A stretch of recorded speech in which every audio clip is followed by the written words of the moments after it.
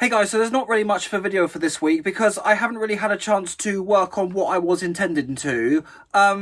Partially because this week has been very difficult given that my dad on Wednesday suffered from a stroke, which was it was a lot to process, and thankfully he is on a speedy recovery. He's in a very good condition. He's currently in the stroke and neurology departments at Southmead Hospital, but he could be back to my more local hospital moving forward now that he's in a better condition. So that's the reason why, because of how difficult it's been to me, I haven't really had a chance to work on anything. So this video for this Sunday is going to be more of an appeal, and it is an appeal for this. Now, this is a HengLong Sacker Sport, and I've had this thing since 2009, and I dug it out of a shed. Well, my dad actually did. I was away when he dug it out. Didn't really want to take credit for that. Very nearly did, though. But yeah, the reason why I haven't been able to work on this is because I've been struggling to find parts for it. I did have the parts in my basket on AliExpress because that was the only place I could find them. But when I was able to buy them, they just disappeared and the items were just not available. So I'll put this on the worktop just so you can get a closer look at the parts that I do need for this. Okay, so right off the bat, you'll notice that I will definitely need some new wheels because they got so hard that one of them actually cracked and came off of the rim. And they're not pre-glued. The tyres have gotten, they're not as soft as they used to be, but they definitely won't provide any grip on the floor.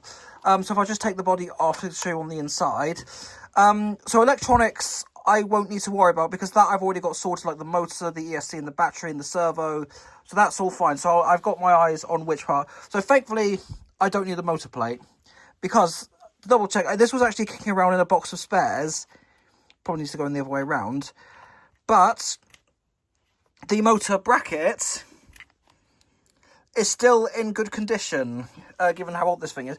But I think what I'll need is possibly new shocks, because you can just about see how it's there's a plate at the base plate at the bottom here, which is obviously missing there. So I'll need to just look into some decent ones. The thing that I'll need is a trying to figure out trying to get. So the servo horn, there is a special one for this because of the steering system. That was in my basket, but it just disappeared. So if anyone does have any access to sources on that, that would be great. Gears, I'm not too sure about. I might have to take a good look at them because it's very stiff. So I don't know if it's to do with the gearing or the lack of lubrication, given how long it's been in the shed. But yes, this thing needs a serious overhaul and deep clean. I will completely strip it down just like I have done with the two Tamias that were at the bottom of the shed. The plan is to completely restore these. Actually, the other thing is the wheels. I just want to be sure because I think they are on a hex hub.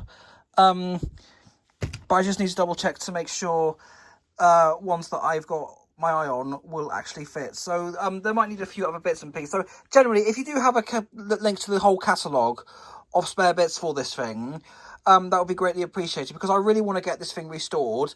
The plan is to actually have it on a brushless system because it was originally brushed. Yeah, so that's one on the table. Radio gear I don't need to worry about. I'm trying to see if that antenna pipe is... It's probably jammed in there, but I'll probably have to worry about another time. So body, I think I'll... Well, it's still serviceable, but it's also a bit dirty. I would kind of like to have a new one, but don't really want anything to happen to that one just because of the sentimental value. Anyway, so that's pretty much it. So, once I do have access to the parts that I need for this thing, I will hope to completely restore it.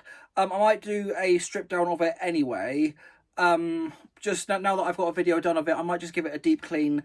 But I just need to buy some muck off first. And actually, that's the other thing I just noticed. So, the gear there, I can't even turn that. So, I think it needs a lot of lubing up. Because I don't know about the front, but... Yeah, the front. But when it comes to the back, oh, I don't know what's actually going on. It's a bit funny with the condition that it's in.